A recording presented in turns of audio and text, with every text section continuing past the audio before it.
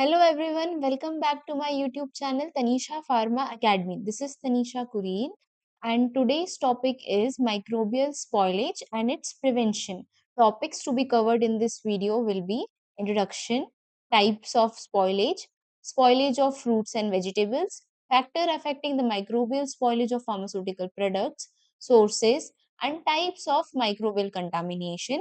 Then in last, preservation of pharmaceutical products using antimicrobial agents. Let's start the video.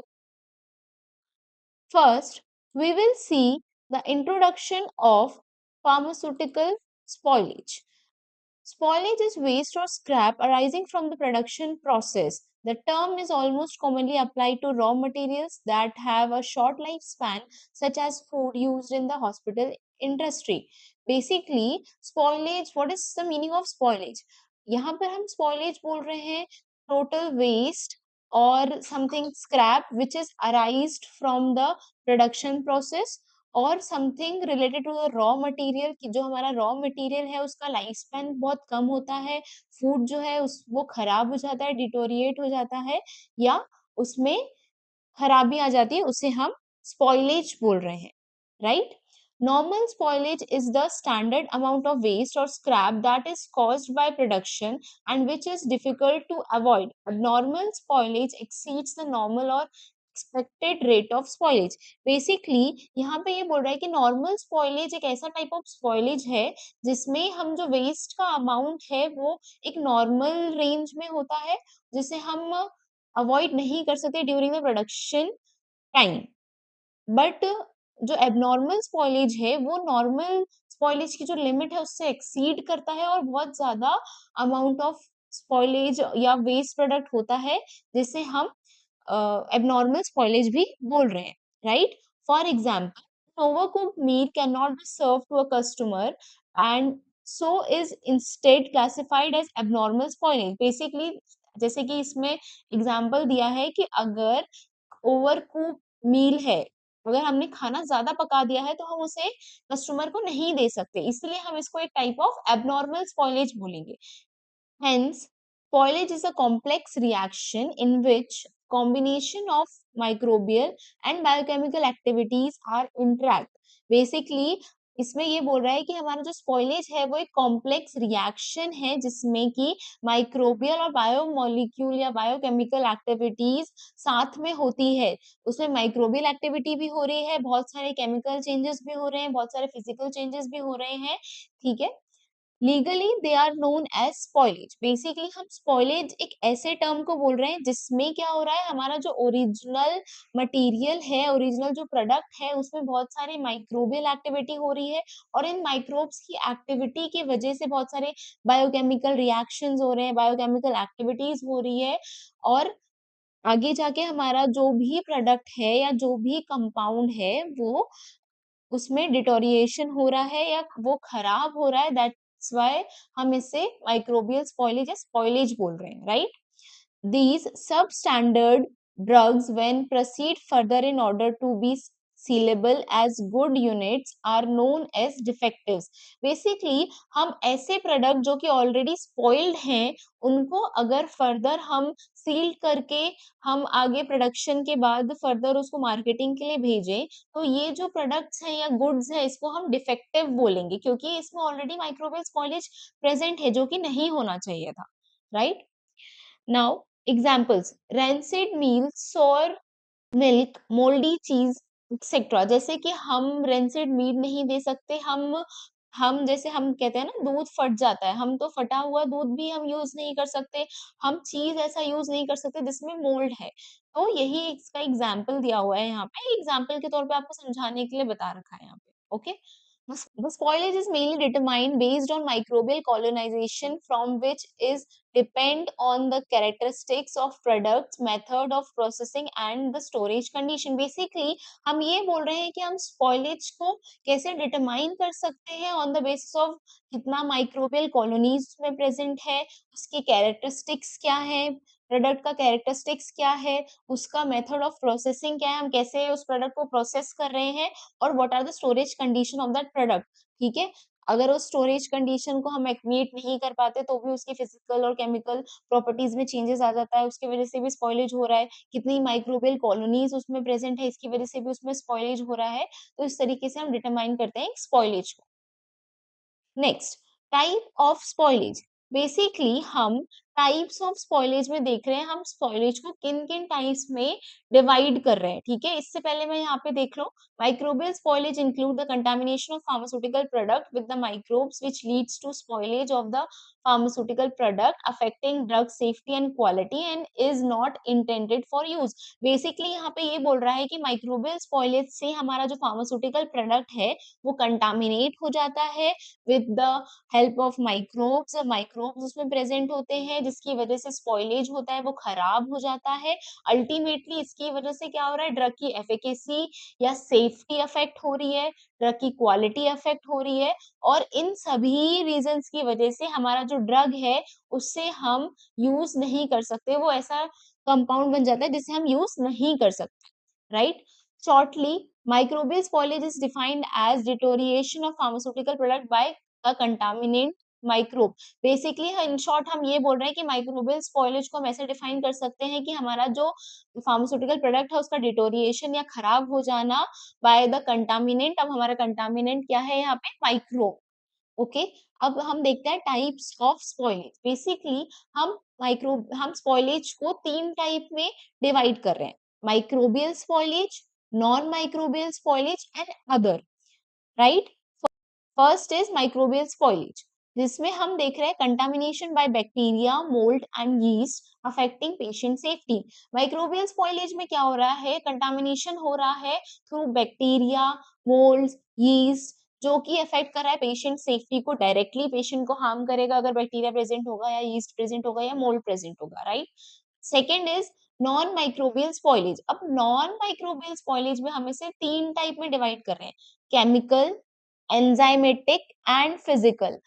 Chemical spoilage क्या हो रहा है, chemical spoilage ऐसा spoilage है जिसमें नॉन एंजाइमेटिक ऑक्सीडेशन रिएक्शन हो रही है या एक ऐसा रिएक्शन हो रहा है जिसकी वजह से हमारा जो फार्मास्यूटिकल प्रोडक्ट है उसमें एक केमिकल चेंज हो रहा है। फॉर एग्जांपल ऑक्सीडेशन रिएक्शन या आइसोमराइजेशन हो जाना, फोटोलाइसिस हो जाना, एक्सेट्रा। इस टाइप का जो भी केमिकल रिएक्शन हो रहा है उसकी वजह से हमारा जो प्रोडक्ट है वो डिटोरिएट हो रहा है, उसको हम केमिकल स्पॉइलेज बोल रहे हैं, right. Next is enzymatic spoilage. Enzymatic spoilage में क्या हो रहा है, एंजाइम्स की वजह से हमारा जो कंपाउंड है उसका चेंज हो जाना, लाइक हाइड्रोलाइटिक हाइड्रोलाइजेशन हो जाना, उसमें ऑक्सीडेटिव रेंसिडिटी हो जाना, इस टाइप के जो एंजाइमेटिक रिएक्शंस हो रहे हैं उनकी वजह से जो स्पॉइलेज हो रहा है दैट इज एंजाइमेटिक रिएक्शन।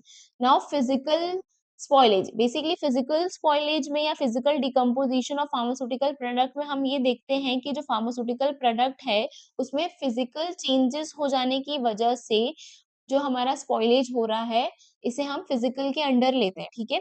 अब यहाँ पे एग्जाम्पल क्या है, spoilage due to light, temperature, heat, humidity, इनकी वजह से जो डैमेज हो रहा है that comes under physical spoilage. Next other, other में आ जाता है insects, rodent and pest. Basically हम जहाँ पे भी हमारा माइक हमारा फार्मास बेसिकली हम जहाँ पे भी हमारा फार्मास्यूटिकल कंपाउंड को स्टोर करते हैं वहां पे इंसेक्ट्स हो सकते हैं, रोडेंट हो सकते हैं, इनकी वजह से जो भी स्पॉइलेज आ रहा है उसको हम अदर स्पॉइलेज में देखते हैं, ठीक है। नेक्स्ट, अब यहाँ पे आप इसका विजुअल रिप्रेजेंटेशन दे सकते हो। नॉन माइक्रोबियल केमिकल में oxidation, non enzymatic reaction, colour, flavour change होता है। माइक्रोबियल स्पॉइलेज में नॉन माइक्रोबियल स्पॉइलेज में फिजिकल की बात करूं अगर, तो damage from heat, light, humidity, example drawing, precipitation, ये सारी चीजें हो रही हैं। माइक्रोबियल स्पॉइलेज की अगर बात करूं तो बेसिकली इसमें contamination by bacteria, moulds and yeast होता है जो कि अफेक्ट करता है सेफ्टी को। एंजाइमेटिक स्पॉइलेज में क्या हो रहा है, उसमें सारी चीजें हो रही हैं कहीं ना कहीं एंजाइम्स की प्रेजेंस की वजह से, एंजाइमेटिक रिएक्शन की वजह से बहुत सारी चीजें हो रही हैं जिसकी वजह से अल्टीमेटली स्पॉइलेज हो रहा है। अब नेक्स्ट इज एंजाइमेटिक स्पॉइलेज। अब बेसिकली एंजाइमेटिक स्पॉइलेज में क्या हो रहा है, अलग अलग एंजाइम्स हैं, आप यहाँ देख पा रहे हो अलग अलग एंजाइम्स हैं, इनके प्रेजेंस में फूड जो है जिसको ये अफेक्ट कर रहा हो और क्या हो रहा है वो यहाँ पर दिया हुआ है, ठीक है। एंजाइम्स की प्रेजेंस में हमारे फार्मास्यूटिकल कंपाउंड में कुछ चेंजेस आ रहे हैं जिसकी वजह से वो स्पॉइल हो रहा है। सबसे पहले तो आप यहाँ पे देख सकते हो एंजाइम्स कौन कौन से हैं, लाइपेज है, थायामिनेज है, पेरोक्सिडेज है, प्रोटीएज है, लाइपोऑक्सीजिनेज है। These are the enzymes which are responsible for the enzymatic spoilage of the pharmaceutical products. Now food affected, lipase से मिल्क या ऑयल अफेक्ट हो रहा है जिसकी वजह से हाइड्रोलाइटिक रेंसिडिटी हो रही है। हाइड्रोलाइटिक रेंसिडिटी का मतलब हाइड्रोलिसिस हो रहा है और रेंसिडिटी हो रही है, खराब हो जाना। रेंसिडिटी का मतलब होता है खराब हो जाना। थायामिनेज, थायामिनेज से मीट या फिश का स्पॉइलेज हो रहा है जिसकी वजह से थायमीन डिस्ट्रक्शन हो रहा है। थायामिनेज से क्या हो रहा है, थायमीन का जो हमारा अमाइनो एसिड है इसका डिस्ट्रक्शन हो जाएगा, अल्टीमेटली स्पॉइलेज कॉज करेगा। पेरोक्सीडेज, पेरोक्सीडेज इज फ्रूट्स में इफेक्ट कर रहा है जिसकी वजह से ब्राउनिंग ऑफ फ्रूट्स हो रही है। आपने देखा होगा कभी आपने एप्पल कट करके रख दो थोड़ी देर के लिए तो वो ब्राउन हो जाता है, ठीक है। प्रोटीएजेस, एग और कार्ब में हेल्प, एग और कार्ब में होता है जिसकी वजह से रिडक्शन ऑफ शेल्फ लाइफ, हमारी जो शेल्फ लाइफ है प्रोडक्ट्स की वो रिड्यूस हो जाती है।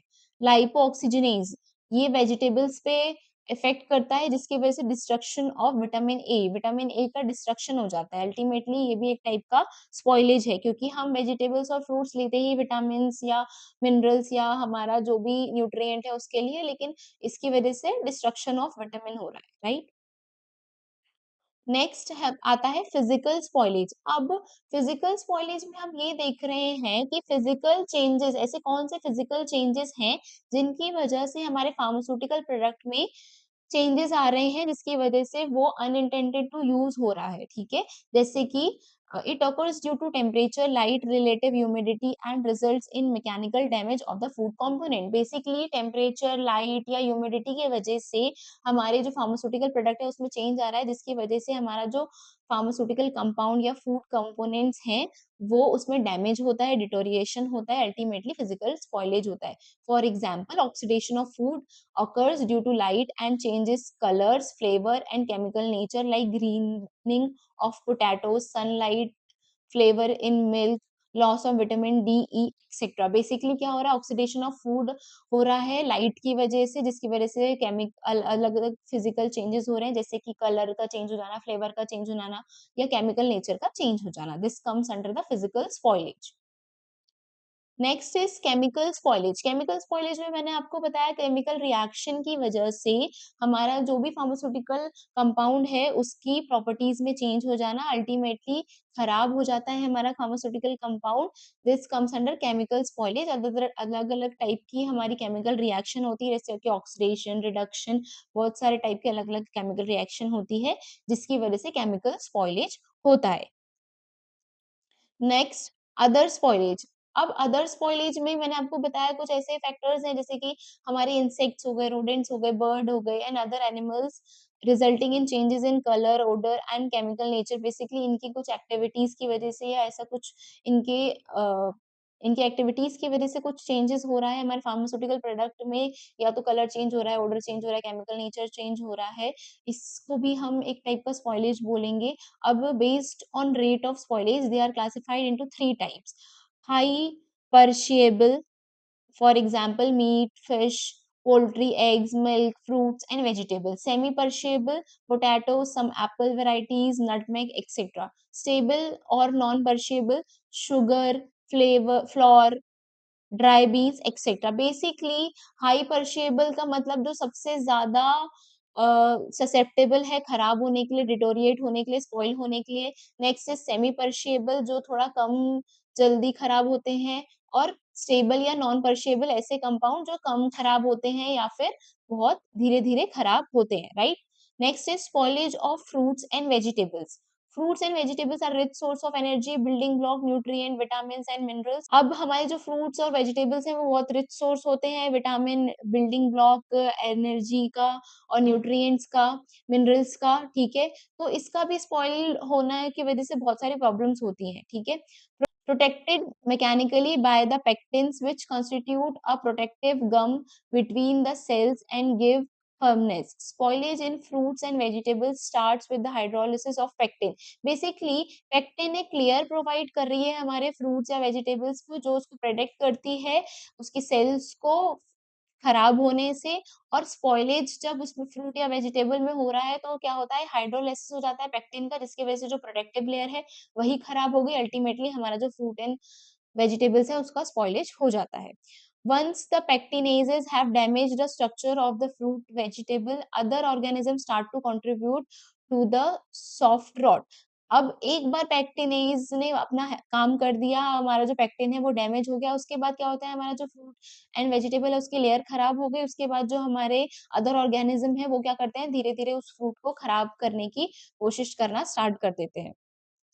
Next, factor affecting the microbial spoilage of pharmaceutical product. Next हम पढ़ेंगे ऐसे कौन से फैक्टर्स हैं जो अफेक्ट कर रहे हैं हमारा स्पॉइलेज को ऑफ फार्मास्यूटिकल प्रोडक्ट। हमारे जो फार्मास्यूटिकल प्रोडक्ट की स्पॉइलेज हैं उनको ऐसे कौन कौन से फैक्टर्स हैं जो अफेक्ट करते हैं, ठीक है।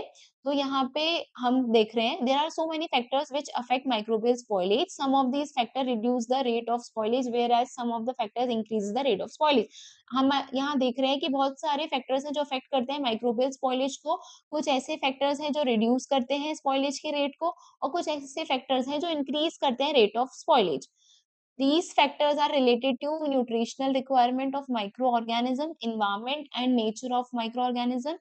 These their factor must be studied to minimize the impact of spoilage. अब ये जो फैक्टर है ये रिलेटेड हो सकते हैं nutritional requirement of micro organism से, या इन्वायरमेंट से, या नेचर ऑफ माइक्रो ऑर्गेनिज्म से। हमें तो ये ऐसे फैक्टर्स पढ़ने हैं जो कि स्पॉइलेज को कम करे और स्पॉइलेज में इम्पैक्ट कर रहे हैं, ठीक है।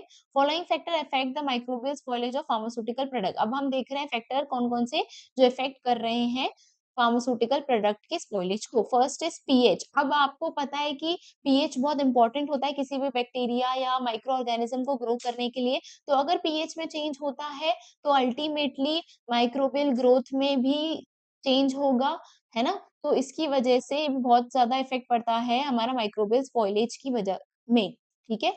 Extreme of pH prevent microbial attack. अगर पीएच बहुत ज्यादा होता है, बेसिकली ऑप्टिमम जो पीएच होता है दैट इज 6 to 8। अब इस पीएच में क्या होता है, हमारा जो Pseudomonas and gram negative bacteria हैं, ये ग्रो करते हैं, ठीक है। तो अगर हम इस पीएच से कम या इस पीएच से ज्यादा पीएच रखते हैं तो इससे ही हमारा जो फार्मास्यूटिकल प्रोडक्ट है वो सेव हो जाता है, या उसमें ग्रोथ होने के चांसेस कम हो जाते हैं, ठीक है। तो इसलिए बोल रहे हैं extremes of pH prevent microbial attack. अगर 8 से ज्यादा पीएच होगा तो माइक्रोबियल अटैक से बचा रहेगा। They grow at neutral pH. हमारा जो बैक्टीरिया है वो न्यूट्रल पीएच में ग्रो करता है। बेसिकली माइक्रो ऑर्गेनिज्म जो हमारे हैं वो न्यूट्रल पीएच में ग्रो करते हैं। तो हम क्या कर सकते हैं, हम ज्यादा बढ़ा सकते हैं पीएच या कम कर सकते हैं, राइट। देयरफॉर एसिडिक और alkaline formulation are less susceptible to spoilage. इसी की वजह से या तो हम एसिडिक कर सकते हैं हमारे पीएच को, या अल्कलाइन कर सकते हैं, जिसकी वजह से हमारा जो फार्मास्यूटिकल प्रोडक्ट है वो सेव हो जाएगा फ्रॉम द डिटोरिएशन या माइक्रोबियल स्पॉइलेज से। ये देख सकते हो आप विजुअल रिप्रेजेंटेशन। न्यूट्रल पीएच है जो कि बहुत ज्यादा रिक्वायर्ड होता है बैक्टीरिया की ग्रोथ के लिए, दैट इज 6 to 8। ये न्यूट्रल जोन होता है, यहाँ पे बैक्टीरिया ग्रोथ के चांसेस बहुत ज्यादा होते हैं। अल्कलाइन पीएच में बहुत रेयर कंडीशन होती है, that is greater than 8 pH होता है यहाँ पर, ठीक है। अब हम एसिडिक जोन की तरफ जाएं तो 3 to 5 होता है। लेकिन इस जोन में मोल्ड और यीस्ट जो है वो टॉलरेट कर सकते हैं, लेकिन मोस्टली अगर हम अल्कलाइन की तरफ जाएंगे तो रिस्क बहुत कम हो जाता है हमारा माइक्रोबियल स्पॉइलेज का। नेक्स्ट आ जाता है स्टोरेज टेम्परेचर। बेसिकली अब स्टोरेज टेम्परेचर कैसे इफेक्ट करता है हमारे माइक्रोबियल स्पॉइलेज को और हमारे ऑफ फार्मास्यूटिकल प्रोडक्ट। तो बेसिकली हम हमारे फार्मास्यूटिकल प्रोडक्ट को कैसे स्टोर कर रहे हैं ये भी डिपेंड करेगा, या कितने टेम्परेचर पे स्टोर कर रहे हैं ये डिपेंड करेगा कि उसमें स्पॉइलेज होगा या नहीं होगा। क्योंकि हमारे जो बैक्टीरिया या माइक्रो ऑर्गेनिज्म है उसके ग्रोथ के लिए एक ऑप्टिमम टेम्परेचर की रिक्वायरमेंट होती है। उस ऑप्टिमम टेम्परेचर के अलावा अगर हम ज्यादा टेम्परेचर बढ़ा देंगे या टेम्परेचर कम कर देंगे उसका, तो भी जो हमारा माइक्रोब्स की ग्रोथ है वो नहीं होगी। The actual storage temperature determines the spoilage by particular types of microorganisms. Spoilage of pharmaceutical products occur potentially over the range of about 20 degree to 60 degree Celsius. Basically अगर हमने हमारा pharmaceutical product को 20 to 60 degree Celsius पे रखा तो इस temperature पर micro organism ज्यादा ग्रो करता है। वहीं अगर हम 20 डिग्री से कम करते जाए टेम्परेचर तो जो ग्रोथ है माइक्रो ऑर्गेनिज्म की वो कम हो जाएगी, माइक्रोबियल स्पॉइलेज भी कम हो जाएगा। ठीक है। Nutritional factors, many spoilage microorganism have simple nutrition requirement and metabolic adaptability which enables them to utilize many formulation components as substrate for biosynthesis growth and also trace materials contained in them. The use of animal products and crude vegetable materials in a formulation provide an additionally nutrient environment. Demineralized water prepared by ion exchange method contains sufficient nutrient to allow significant growth of many waterborne gram-negative bacteria like Pseudomonas. अब यहाँ पे बोल रहा है nutritional factor. अगर हम nutritional factors जो भी माइक्रो ऑर्गेनिज्म के लिए रिक्वायर्ड है वो प्रोवाइड करेंगे तो माइक्रो ऑर्गेनिज्म ज्यादा ग्रो करेगा। अगर हम वो न्यूट्रिशनल फैक्टर्स प्रोवाइड नहीं करेंगे तो चांसेस है कि माइक्रोबियल स्पॉइलेज जो है वो कम हो, माइक्रोब्स जो है वो ग्रो ना करे। जैसे कि हम देख रहे हैं कि माइक्रोब्स को ग्रो करने के लिए बहुत सारे न्यूट्रिशनल रिक्वायरमेंट होती है बायोसिंथेसिस के लिए। ठीक है, जैसे वेजिटेबल मटेरियल्स या हम इस टाइप के प्रोडक्ट यूज करेंगे अगर हमारे प्रोडक्ट में, तो उसके वजह से उसको बैक्टीरिया को प्रॉपर न्यूट्रिशनल एनवायरनमेंट मिलेगा तो वो ग्रो करने की चांसेस ज्यादा होती है। ठीक है। सिमिलरली अगर हम डीआयोनाइज्ड वाटर यूज करते हैं तो उसकी वजह से ऐसे बैक्टीरिया जो वाटर बॉर्न होते हैं तो वो भी ज्यादा ग्रो कर सकते हैं, तो हमें इस चीज का ध्यान देना पड़ेगा। Next, water. It is the most important cause of the survival and growth of microorganisms. Some solute-rich medicines, such as syrup, appear to be wet. Microbial growth in them may be difficult since the microbes have to compete for water molecules with the large number of sugar and other molecules of the formulation, which also interact with the water via hydrogen bonding. Basically, water एक important source है या important component है हमारे microbial growth के लिए। तो जहां जहां मॉइस्चर प्रेजेंट होगा या वाटर प्रेजेंट होगा वहां बहुत ससेप्टेबल होगा कि हमारा फार्मास्यूटिकल प्रोडक्ट में माइक्रोबियल ग्रोथ हो जाए, उतना ज्यादा माइक्रोबियल कंटामिनेशन या स्पॉइलेज हो जाए। तो अब यहाँ पे क्या है कि जैसे कि हमारा सिरप्स है, सिरप्स में बहुत ज्यादा हाई कंटेंट ऑफ वाटर होता है तो ये बहुत ज्यादा ससेप्टेबल होते हैं, इनमें माइक्रोबियल ग्रोथ सबसे ज्यादा होने की चांसेस होती है। वहीं लेकिन एक प्रॉब्लम ये भी आती है कि शुगर कंटेंट ज्यादा होता है तो क्या होता है कि अदर मॉलिक्यूल्स और शुगर कंटेंट की वजह से भी उनको वाटर मिलने के लिए बहुत सारी चीजों को गो थ्रू करना पड़ता है। हाइड्रोजन बॉन्डिंग होती है, बहुत सारी इंटरेक्शंस होते हैं, उसकी वजह से डायरेक्टली वाटर अवेलेबल नहीं होता तो कई बार थोड़ा कम इसमें माइक्रोबियल स्पॉइलेज होता है, बट फिर भी माइक्रोबियल स्पॉइलेज जो है सिरप में ज्यादा ससेप्टेबल होता है। Next is redox potential. The ability of microbes to grow in an environment is influenced by its oxidation reduction balance since they require compatible terminal electron acceptor to permit function of their respiratory pathway. Basically, हमारा जो micro organisms है वो अलग अलग type की chemical reactions करते हैं उस जिसकी वजह से उनको एक ऐसा एनवायरनमेंट चाहिए जो रिडॉक्स पोटेंशियल को फॉलो करता हो जिसमें ऑक्सीडेशन और रिडक्शन जो है वो एक बैलेंस फॉर्म में प्रेजेंट हो। ठीक है, क्योंकि उनके जो एंजाइम्स है या उनके जो अदर फंक्शंस है, रेस्पिरेटरी पाथवेज है, ये सारी चीजें इनको एक बैलेंस ऑक्सीडेशन रिडक्शन बैलेंस की रिक्वायरमेंट होती है। अगर ये उनको प्रॉपर मिल रहा है दैट मीन्स जो माइक्रोब्स हैं हमारे वो ज्यादा ग्रो करेंगे। अगर ये उनको प्रॉपर नहीं मिल रहा है तो वो कम ग्रो करेंगे। इसका एग्जाम्पल ये है कि जैसे कि हम स्टोरेज पैकेजिंग कंडीशन देखें, अगर हम ज्यादा वाइड माउथ वाला कंटेनर लेते हैं तो उसमें एयर या ऑक्सीजन जाने की चांसेस ज्यादा होते हैं। वहीं हम अगर एयर टाइट कंटेनर्स लेते हैं तो वहां पे ऑक्सीजन के जाने के चांसेस कम होते हैं। इसकी वजह से क्या होता है, ऑक्सीडेशन कम हो सकता है, रिडक्शन कम हो सकता है।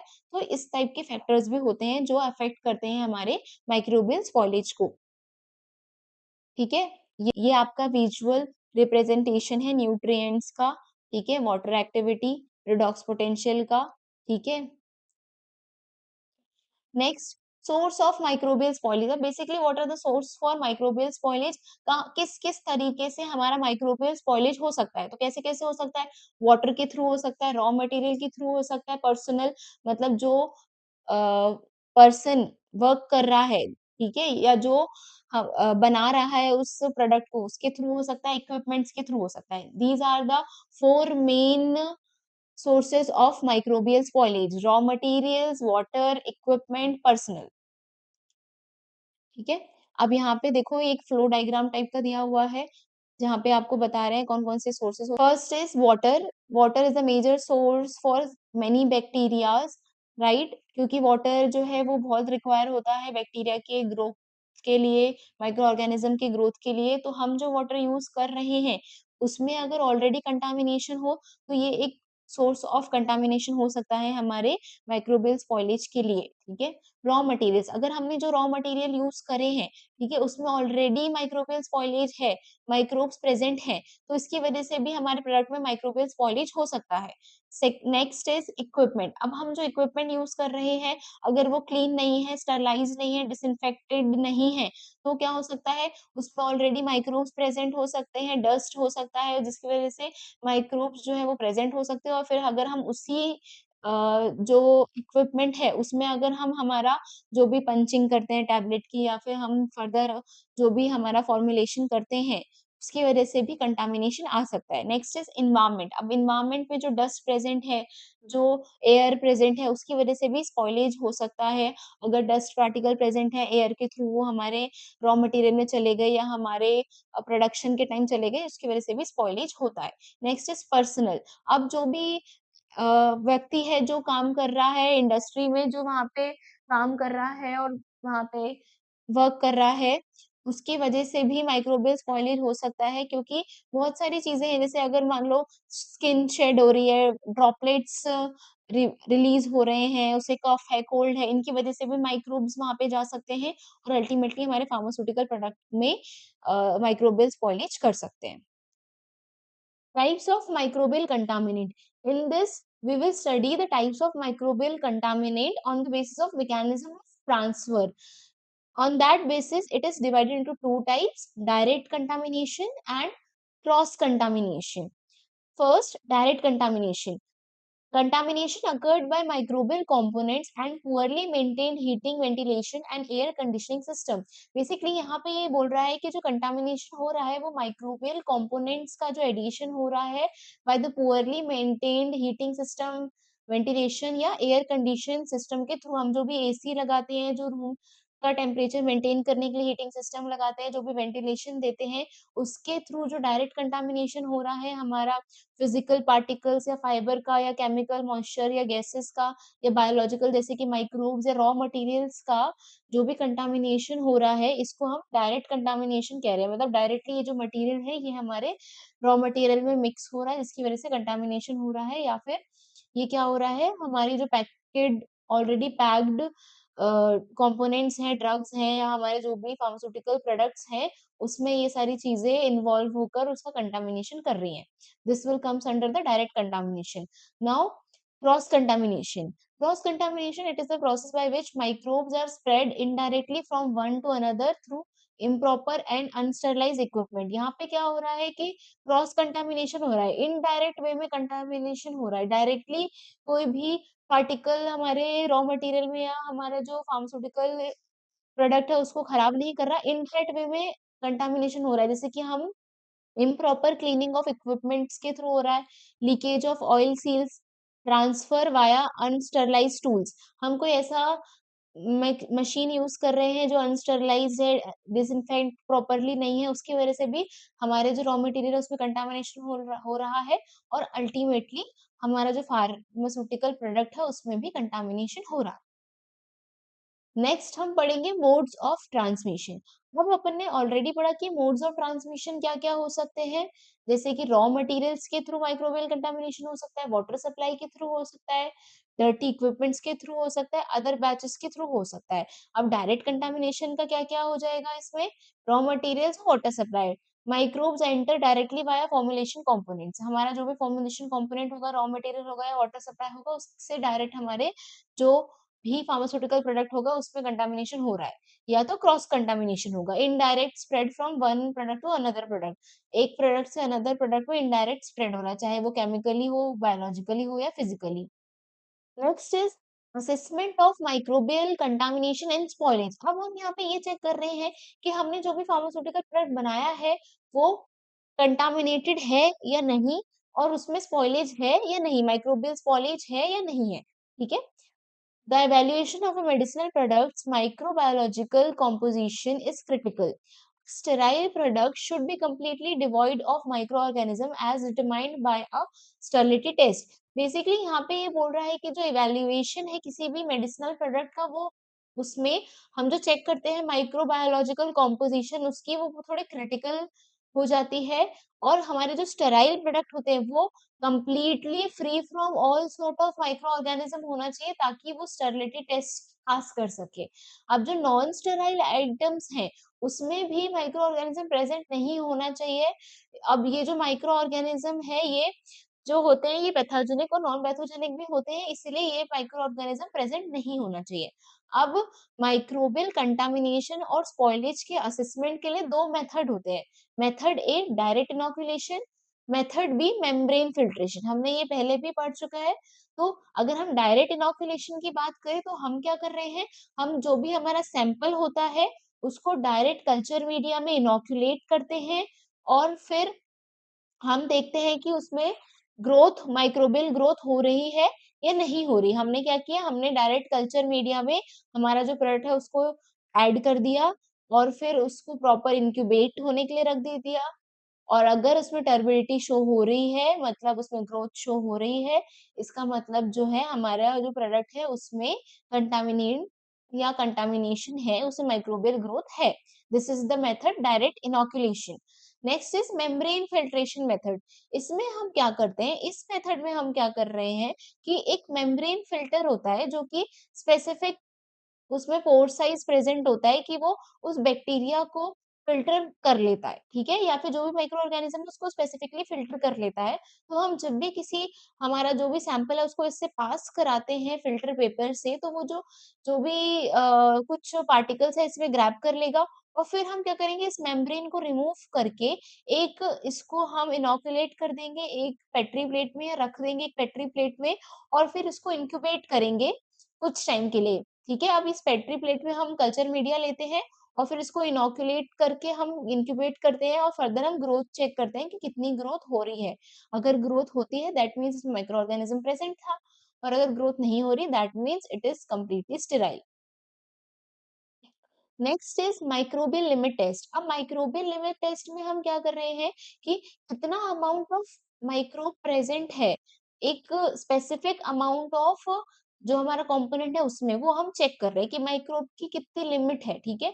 तो इसके लिए हम क्या कर रहे हैं, सैंपल ले रहे हैं 10 ग्राम्स, इसमें हम पेप्टोन वाटर ऐड कर रहे हैं, और फिर हम 10 ग्राम सैंपल लेके 90 ml पेप्टोन वाटर उसमें ऐड कर रहे हैं। उसके बाद हम इसको फिल्टर करते हैं अगेन वही उस फिल्टर पेपर के थ्रू, मेम्ब्रेन फिल्ट्रेशन के थ्रू, और इंक्यूबेट करते हैं on soybean casein digest agar media, या फिर हम सेवरेज डेक्सट्रोस अगार मीडिया में भी इसको इनोकुलेट कर देते हैं, ताकि हमें पता चल जाए अगर बैक्टीरिया होगा तो वो सोयाबीन केसिन डाइजेस्ट अगार मीडिया में ग्रो कर जाएगा, अगर वो फंगी होगी तो वो सेवरेज डेक्सट्रोस अगार में ग्रो करेगी, ठीक है। फिर फर्दर हम इसको चेक करेंगे कि ग्रोथ हो रही है या नहीं हो रही।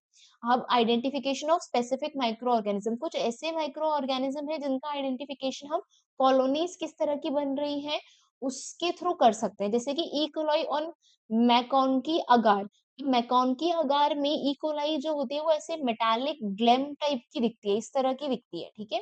Similarly salmonella on bismuth sulphide agar. अब सैल्मोनेला जो है हमारा सैल्मोनेला स्पीशीज है वो बिस्मुथ सल्फाइड अगार में ऐसे ब्लैक ग्रीनिश स्पॉट की तरह इसकी कॉलोनीज दिखती हैं। स्यूडोमोनास ऑन सेंट्रीमाइड अगार। अब स्यूडोमोनास को अगर हम देखेंगे सेंट्रीमाइड अगार में तो वो ग्रीनिश कॉलोनी शो करता है। Next is verification protocol sterile versus non sterile. को पहले से पता है स्टेराइल प्रोडक्ट जो होते हैं that should be completely devoid of micro organism. अब हमारा जो स्टेराइल प्रोडक्ट होता है उसमें completely free from all sort of micro organism होना चाहिए, और इसके लिए हम स्टेरिलिटी टेस्ट करते हैं, ठीक है। नेक्स्ट जो है non sterile items, microbes permitted below allowable limit. must be free of specific pathogenic bacteria. अब नॉन स्टेराइल आइटम्स में क्या होता है, माइक्रोब्स जो है वो कुछ लिमिट होती है जो परमिटेड होती है, उस लिमिट से कम होना चाहिए, और उसमें भी स्पेसिफिकली जो पैथोजेनिक बैक्टीरिया है वो नहीं होना चाहिए। इसके लिए हम माइक्रोबियल लिमिट टेस्ट करते हैं, जैसे कि हमने ये इस पहले वाले स्लाइड में देखा, माइक्रोबियल लिमिट टेस्ट कर रहे हैं कि हम ये चेक करें कि पर 10 ग्राम सैंपल में कितना बैक्टीरिया प्रेजेंट है, उसको हम इस मेथड के थ्रू चेक कर लेते हैं, तो हमें पता चल जाएगा कि पर 10 ग्राम सैंपल में कितना बैक्टीरिया प्रेजेंट है, और जो भी लिमिट है उससे हम उसको वेरीफाई कर लेते हैं। नेक्स्ट है preservation of pharmaceutical product using antimicrobial agent. अब ये बहुत इंपॉर्टेंट है कि हम जो भी फार्मास्यूटिकल प्रोडक्ट बना रहे हैं उसका प्रिजर्वेशन करें हम using antimicrobial agent. What are antimicrobial agent? Antimicrobial agent ऐसे एजेंट हैं जो बैक्टीरिया की ग्रोथ को इनहिबिट करते हैं, बैक्टीरिया को किल करते हैं और उसकी ग्रोथ नहीं होने देते। ठीक है, एंटी माइक्रोबियल एजेंट्स आर दो सब्सटेंस व्हिच कैन किल और inhibit growth of micro organism. ऐसे कंपाउंड्स जो कि बैक्टीरिया को किल कर रहे हैं या उसकी ग्रोथ को इनहिबिट कर रहे हैं, या माइक्रो ऑर्गेनिज्म की ग्रोथ को किल कर रहे हैं या इनहिबिट कर रहे हैं, उसको हम एंटी माइक्रोबियल एजेंट्स बोल रहे हैं। These antimicrobial agents are included in formulation in order to minimize level of contaminated microorganism। बेसिकली ये जो एंटी माइक्रोबियल एजेंट्स हैं इनको हम ऐड कर रहे हैं किसी भी फॉर्मुलेशन में जिससे हम उसको मिनिमाइज कर सके कंटामिनेशन बाय माइक्रो ऑर्गेनिज्म। अब हमारे जो एंटी माइक्रोबियल एजेंट्स हैं जो हम फार्मास्यूटिकल प्रोडक्ट्स में डालते हैं उसको हम प्रिजर्वेटिव्स बोलते हैं। आप लोगों ने पढ़ा होगा सुटेक्स में कि प्रिजर्वेटिव्स हम ऐड करते हैं in every formulation.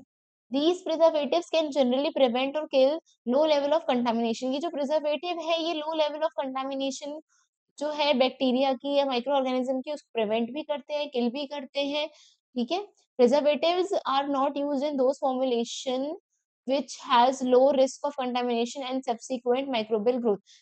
ऐसे कंपोनेंट्स या फॉर्मुलेशन जिसमें लो रिस्क होता है कंटामिनेशन का या माइक्रोबियल ग्रोथ का, उसमें हम प्रिजर्वेटिव कई बार यूज नहीं भी करते हैं। ऐसे कंपोनेंट जिसमें बहुत ज्यादा रिस्क होता है माइक्रोबियल कंटामिनेशन का, उसमें प्रिजर्वेटिव यूज करना बहुत इंपॉर्टेंट होता है। अब जैसे कुछ ऐसे फॉर्मुलेशन होते हैं जिसमें high level of acid alkali sugar present होता है, उसमें हम प्रिजर्वेटिव नहीं भी डालेंगे तो भी चल जाता है, क्योंकि शुगर और अपने आप में एक प्रिजर्वेटिव है, और एल्कली या एसिडिक पीएच होने की वजह से माइक्रो ऑर्गेनिज्म ग्रो नहीं करता है। या फिर ऐसे फॉर्मुलेशन जो एंटीबायोटिक है या एंटी माइक्रोबियल सब्सटेंस है उसमें भी प्रिजर्वेटिव ऐड करने की जरूरत नहीं पड़ती है। Okay, air of the manufacturing area. अब हमारे जो मैन्युफैक्चरिंग एरिया की एयर है उसमें बहुत सारे अलग अलग सस्पेंडेड पार्टिकल्स होते हैं, माइक्रोब्स प्रेजेंट होते हैं। अब ये जो माइक्रोब्स हैं प्रेजेंट है ये कहीं ना कहीं कंटामिनेट करते हैं हमारे फार्मास्यूटिकल प्रोडक्ट को। इसको हम मिनिमाइज कर सकते हैं थ्रू हेपा फिल्टर्स, या हम एसेप्टिक रूम डेवलप करें, उसमें प्रॉपर स्टेराइल एनवायरनमेंट रखें और ये सारी चीजें रखें। ठीक है, तो ये सब हम करके क्या कर सकते हैं, air of the manufacturing area को ध्यान देकर हम फार्मास्यूटिकल प्रोडक्ट का जो प्रिजर्वेशन है वो कर सकते हैं उसमें, ताकि कंटामिनेशन ना हो उसको प्रिवेंट कर सकते हैं। पर्सनल, पर्सनल से कैसे हम कंटामिनेशन को बचा सकते हैं, हम क्या कर सकते हैं कि हम, आपने देखा होगा कि इंडस्ट्री में किसी को भी एक पर्सनल प्रोटेक्टिव इक्विपमेंट दिया जाता है, जो किट होती है प्रॉपर पीपीई किट, उसके उसे दिया जाता है। सभी जो भी काम करने वाले वर्कर्स होते हैं वहां पे वो उसे वेयर करके ही वहां पे काम करते हैं, ताकि उनसे डायरेक्ट कोई कंटामिनेशन हमारे फार्मास्यूटिकल प्रोडक्ट में ना हो। इसके अलावा कि हमारे जो भी पर्सन है उस उनकी टेस्टिंग भी होती है कि उनको कभी फीवर ना हो या उनको कोई इन्फेक्शन तो नहीं है या ऐसे कोई बीमार तो नहीं है, उस टाइम पे भी उनको अवॉइड किया जाता है कि वो प्रोडक्शन एरिया में ना जाए। प्रॉपर हेल्थ चेकअप होते रहते हैं, टाइम टाइम पे वैक्सीनेशन होता रहता है, उनका हाइजीन का ध्यान रखना पड़ता है उनको, और प्रॉपर प्रोटेक्टिव गियर है उनको पहनने पड़ते हैं। Next, the defence strategy, prevention in GMP. Basically अगर हमको प्रिवेंट करना है माइक्रोबियल कंटामिनेशन को, तो हमको गुड मैन्युफैक्चरिंग प्रैक्टिस को फॉलो करना पड़ेगा। अभी गुड मैन्युफैक्चरिंग प्रैक्टिस में क्या क्या आ जाता है, पर्सनल, जो भी पर्सन है जो काम कर रहा है उसकी वैक्सीनेशन प्रॉपर होना चाहिए, हाइजीन प्रॉपर होना चाहिए। एयर कंट्रोल की अगर बात करूँ तो हेपा फिल्टर्स होना चाहिए, हेपा फिल्टर्स के थ्रू जो भी माइक्रो ऑर्गेनिज्म है वो फिल्टर हो जाते हैं, है ना। एसेप्टिक रूम होना चाहिए, फैसिलिटी डिजाइन ऐसा होना चाहिए कि जो मिनिमाइज्ड कर दे पार्टिकल शेडिंग को, है ना, प्रॉपरली डिजाइंड एसेप्टिक रूम्स होने चाहिए। इसके अलावा एंटी माइक्रोबियल प्रिजर्वेटिव्स हमको ऐड करना पड़ता है, जो कि क्या करते हैं, किल करते हैं या इनहिबिट करते हैं ग्रोथ ऑफ बैक्टीरिया। और इसके अलावा हम कुछ ऐसे इंग्रेडिएंट भी ऐड करते हैं फॉर्मुलेशन में जो सेल्फ प्रिजर्वेटिंग इंग्रेडिएंट होते हैं, जैसे कि शुगर, या हम हाई एसिडिक बना दें हमारे प्रिजर्वेटिव्स डाल के उसको, या फिर हम कुछ ऐसे कंपोनेंट यूज करें हमारे फॉर्मुलेशन में जो उसको एसिडिक बना दे, जिसकी वजह से बैक्टीरिया जो है वो ग्रो ना कर पाए उसमें। ठीक है। अब हम क्या कर रहे हैं, प्रिजर्वेटिव तो हम ऐड कर ही रहे हैं जो कंटामिनेशन को कम कर रहे हैं, जीएमपी को फॉलो कर रहे हैं, हाई एसिडिक या शुगर फॉर्मुलेशन हम बना रहे हैं जो इनहिबिट कर रहे हैं, किल कर रहे हैं ग्रोथ ऑफ बैक्टीरिया। लेकिन हम इसकी पैकेजिंग को भी ध्यान में रख सकते हैं। अगर हम एयर टाइट कंटेनर्स बनाएंगे या ऐसे कंटेनर्स बनाएंगे जिससे कंटामिनेशन कम हो सकता है, अगर हम एयर टाइट कंटेनर बनाएंगे, प्रॉपर सील्ड कंटेनर बनाएंगे, self sealing, rubber closure for multi dose injection ऐसे बनाएंगे, तो इससे क्या होगा, कंटामिनेशन के चांसेस कम हो जाएंगे। अब आप यहाँ पे देखो, अगर हम वाइड माउथ जार यूज करते हैं तो हाई कंटामिनेशन रिस्क होता है, वहीं हम अगर flexible screw cap tube use करते हैं और फिंगर कंटामिनेशन को प्रिवेंट करेंगे, तो ये चांसेस कम है कंटामिनेशन होने के। नेक्स्ट हम क्या कर सकते हैं, हम एयर क्वालिटी को इम्प्रूव कर सकते हैं, हम हेपा फिल्टर्स लगा सकते हैं कंटिन्यूस स्टेराइल एयर फ्लो के लिए। उसके अलावा हम बहुत सारी चीजों को इससे सेव कर सकते हैं। नेक्स्ट हम ह्यूमन के लिए क्या कर सकते हैं, हम प्रॉपर वैक्सीनेशन कर सकते हैं, हाइजीन ट्रेनिंग कर सकते हैं, प्रॉपर हम पीपीई किट वगैरह इक्विपमेंट वगैरह कैरी कर सकते हैं। अब ये जो है फार्मास्यूटिकल अलग-अलग प्रोडक्ट दिए हुए हैं जिनको कंटामिनेशन हो सकता है अलग-अलग टाइप के बैक्टीरिया या माइक्रो ऑर्गेनिज्म से, जैसे कि एंटीबायोटिक आई ऑइंटमेंट होते हैं वो बहुत ससेप्टेबल होते हैं स्यूडोमोनास एरिजिनोसा से, है ना। स्यूडोमोनास एरिजिनोसा का इसमें कंटामिनेशन बहुत जल्दी हो जाता है। थायराइड टैबलेट जो होती है उसमें सैल्मोनेला मेंशन जो होती है बहुत जल्दी ग्रो हो जाती है। टैल्कम पाउडर या प्लेग वैक्सीन जो होती है, क्लॉस्ट्रीडियम टेटनी बहुत जल्दी इसमें ग्रो कर सकता है। सीरम वैक्सीन जो होती है इसमें स्टेफाइलोकोकस ऑरियस ग्रो कर सकता है बहुत जल्दी। सलाइन सॉल्यूशन जो होते हैं इसमें सीरियाटिया मैसेरिस बहुत जल्दी ग्रो कर सकता है। तो ये बहुत सारे माइक्रो ऑर्गेनिज्म हैं जो कि ग्रो कर जाते हैं इन हमारे फार्मास्यूटिकल प्रोडक्ट में। अब हम ओवरऑल कैसे हमारे फार्मास्यूटिकल प्रोडक्ट को कंटामिनेशन फ्री रख सकते हैं, या फिर हम उसको कैसे प्रिजर्वेटिव के थ्रू या प्रोटेक्ट कर सकते हैं, तो उसके लिए एक प्रॉपर साइकिल है। सबसे पहले तो हमें गुड मैन्युफैक्चरिंग प्रैक्टिस को फॉलो करना पड़ेगा पूरा प्रॉपर, ठीक है, जो स्टैंडर्ड देती है कि कैसे आपका प्रोडक्शन होगा, कैसे फॉर्मुलेशन होगा, कैसे पैकेजिंग होगी, वो सब चीज आपको गुड मैन्युफैक्चरिंग प्रैक्टिस के थ्रू पता चल जाती है। नेक्स्ट हम क्या करते हैं, हम क्वालिटी कंट्रोल टेस्ट करते हैं। क्वालिटी कंट्रोल में क्या होता है, जो भी ड्रग इंस्पेक्टर है, जो भी इंस्पेक्टर्स हैं, वो सैंपलिंग करते हैं हमारे फार्मास्यूटिकल इंग्रेडिएंट की, और उसके बाद उसकी टेस्टिंग के लिए भेज देते हैं क्वालिटी एश्योरेंस डिपार्टमेंट को। अब क्वालिटी कंट्रोल में भी टेस्टिंग वगैरह होती है, फिर क्वालिटी एश्योरेंस में जो भी हमारा कंपाउंड है उसके टेस्टिंग के बाद जो भी बाकी फॉर्मेलिटी पेपर वर्क वो सारी चीजें होती हैं, और इससे हम इंश्योर करते हैं कि जो भी हमारा फार्मास्यूटिकल प्रोडक्ट है उसमें कोई भी टाइप का माइक्रोबियल कंटामिनेशन ना हो। उसके बाद ही हम जो बैच है उसको रिलीज करते हैं मार्केट में, after all the sterility testing, after all the quality control test, quality assurance testing, उसके बाद हम उसको रिलीज करते हैं। ये हमारा क्वालिटी एश्योरेंस का साइकिल है। सबसे पहले R&D में जाता है, फॉर्मुलेशन डिजाइन जो होती है गुड मैन्युफैक्चरिंग प्रैक्टिस के थ्रू होती है, हाइजीन कंट्रोल होता है, फिर क्वालिटी कंट्रोल टेस्टिंग होती है जिसमें हम स्टेरिलिटी टेस्टिंग, लिमिट टेस्ट करते हैं, चैलेंज जो आते हैं जैसे प्रिजर्वेटिव की एफिकेसी चेक करते हैं। उसके बाद पोस्ट मार्केटिंग सर्वेलेंस करते हैं जिसमें हम पेशेंट या कस्टमर कंप्लेंट्स देखते हैं, उसको मॉनिटर करते हैं कि क्या क्या प्रॉब्लम आ रही है। नेक्स्ट पोस्ट मार्केटिंग सर्वेलेंस में हम क्या करते हैं, it is most important stage to follow up a medicine that is smooth floating in the market without any complaint by the customer. अब ये इसमें हम बेसिकली ये देखते हैं कि जो भी हमने टैबलेट या फार्मास्यूटिकल प्रोडक्ट जो भी हमने मार्केट में फ्लोट किया है उसमें कोई कंप्लेंट तो नहीं आ रही कस्टमर्स के थ्रू, और क्या क्या इशू आ रहे हैं, कोई साइड इफेक्ट तो नहीं आ रहा, रिवर्स एडवर्स इफेक्ट तो नहीं आ रहा, ये सारी चीजें हम चेक करते हैं बाय पोस्ट मार्केटिंग सर्विलेंस। सो आज का वीडियो यही खत्म होता है। आई होप आप सभी को वीडियो पसंद आया होगा, आप सभी को टॉपिक समझ में आया होगा। सो अभी के लिए थैंक यू सो मच। अगर आपको वीडियो अच्छा लगा हो तो please like, share, subscribe to my YouTube channel. Thank you.